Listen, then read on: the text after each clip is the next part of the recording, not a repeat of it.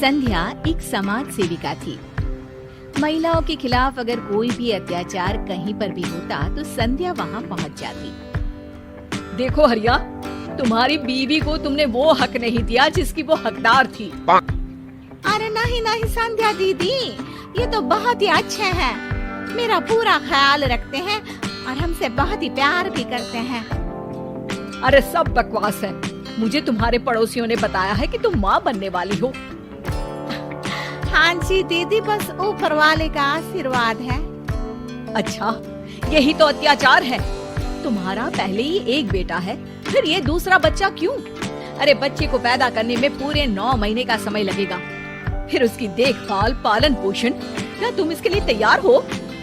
हाँ जी दीदी, बात तो सही है, लेकिन क्या करे, एक बिटिया हो जाए तो परिवार पूरा हो जाएगा ना। यही सोचकर हम लोगों ने बच्चे का फैसला किया था।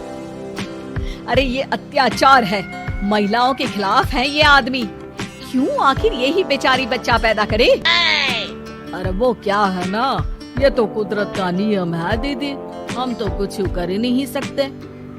कर सकते हो, क्यों नहीं कर सकते हो?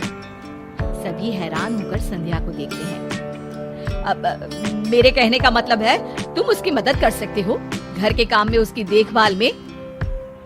हाँ हाँ, वो तो हम जरूरी करेंगे दीदी, आप ना निश्चिंत होकर जाइए जी।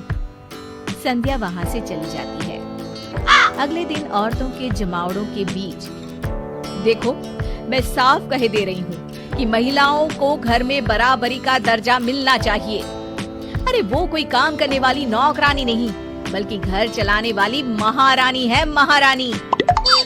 अरे सही कह रहे हो दीदी, सारा दिन हम घर का काम करती रहती हैं, और हमारा भी तो मन करता है कि झोला उठाए और निकल जाए खरीदारी में।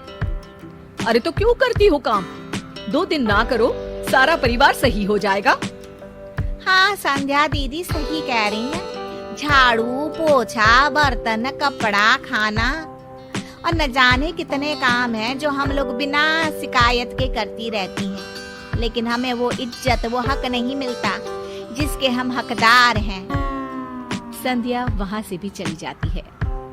एक दिन संध्या घर में बैठकर चाय पी रही होती है कि तभी कुछ आदमी और बूढ़ी औरतें उसके घर आ जाती है। अरे कौन है संध्या यहाँ? मैं हूँ संध्या, और किसने आप पर अत्याचार किया है मुझे बताएं, मैं खबर लेती हूँ उसकी। एक बूढ़ी औरत के साथ संध्या का हाथ हमेशा है। अरे बस करो, लोगों को भड़काती रहती हो, हमारा घर खराब कर रही है। क्या बकवास किया है तूने मेरी बहू के सामने हैं?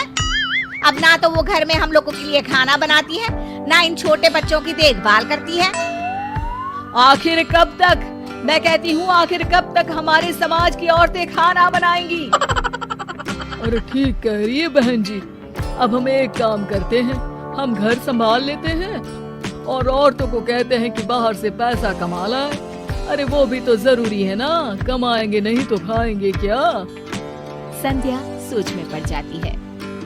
तभी वहाँ वो औरतें भी आ जाती हैं जिन्होंने संध्या के कहने पर घर का काम करना छोड़ा था।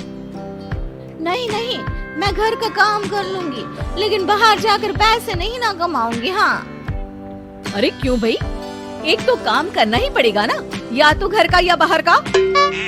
हाँ बहू, पति पत्नी गाड़ी के 2 चक्के की तरह होते हैं, दोनों मिलकर ही तो गृहस्थी चलाते हैं। इसमें हक नौकरानी या बेइज्जती जैसी कोई बात होनी ही नहीं चाहिए। और सुन संध्या, अगर महिलाओं के हक की बात करनी है तो उन घरों में जाओ जहाँ सच में महिलाएं घरेलू हिंसा की शिकार होती है।